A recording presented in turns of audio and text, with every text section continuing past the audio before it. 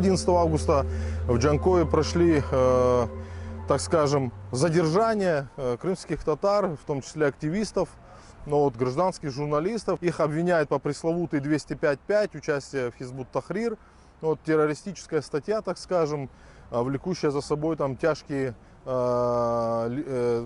приговоры, лишения свободы. Вот в сегодняшнем судебном заседании, это вот Киевский районный суд, была избрана мера пресечения. ФСБ вышла с ходатайством в отношении Энвера Кроша, это мой подзащитный, и гражданского журналиста Вилена, Тимирьянова Вилена. И Вилену, и Энверу сегодня суд избрал меру пресечения в виде содержания в следственном изоляторе, в виде содержания под стражей в следственном изоляторе номер 1 города Симферополя до 10 октября 2022 года, на время, пока будет идти, значит, следствие, да, ФСБ здесь, в Крыму. Ну, позиция у наших подзащитных такая, что они, конечно же, вину не признают, говорят о том, что это чистой воды политическое преследование за их активную жизнь, так скажем, в Крыму. Я, как адвокат, сказал, что это абсолютно необоснованная мера пресечения, которую требует Федеральная служба безопасности. Но суд ни один из доводов наших не принял и вот избрал меру пресечения в виде содержания до 10 октября. У нас есть 3 дня для обжалования данного постановления, что мы и будем делать. Обжалование в апелляции в Верховный суд Республики Крым. Энвер, да, когда мы увиделись, он подробно рассказал о том, что пока его везли от дома, где проходил обыск, до Федеральной службы безопасности в «Газели», где находились 6 вооруженных лиц в масках, у него пытались выбить его пароль от телефона. Но, причем этот телефон оказался почему-то у этих силовых, сотрудников, как я понимаю, обеспечивающих там силовую поддержку, в руках. Но во время обыска этот телефон был запечатан, опечатан, изъят. Но почему-то вот в «Газели» он у них оказался в руках, у этих сотрудников. И они прикладывали ему к пальцам, надеясь, что он там через Touch ID откроется. При этом они его положили на пол, заламывали руки, били. У него до сих пор есть ссадины на голове, гематома, шишка на глазу, там порезы на руках от наручников, вот, и так далее. Пытались вот так вот таким образом выбить, да, у него, значит, пароль от этого телефона.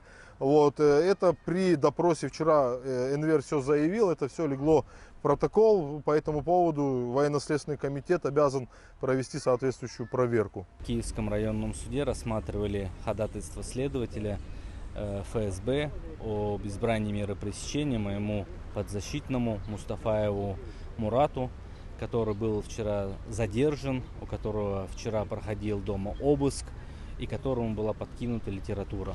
На суде следователь просил избрать меру пресечения в виде содержания под стражей, именно в следственном изоляторе, в связи с тем, что следователь считает, что мой подзащитный может скрыться, может каким-то образом повлиять на следствие, оказывать давление на скрытых свидетелей и уничтожить доказательства по делу. Никаких фактических доказательств этому следователь не приводит. Все это перечислено является его предположением. Однако эти предположения для суда были достаточны для того, чтобы избрать меру пресечения в виде содержания под стражей. Считаем, что данное решение является незаконным. Ходатайство следователя не обосновано ничем. В результате решения суда будем обжаловать в Верховный суд Республики Крым. Состоялось судебное заседание по избранию меры пресечения Алиеву Ринату Аблетифовичу. К сожалению, ходатайство следователя об избрании меры пресечения в виде содержания под стражей Алиеву было судом удовлетворено. Во время задержания физического насилия к нему в принципе не применялось, но однако, когда его задерживали, сотрудники правоохранительных органов, которые его задержали, выключили свет, положили его на пол лицом вниз. Он в это время испугался, что ему что-то подкинут, и в итоге, как он пояснил суду, так и получилось.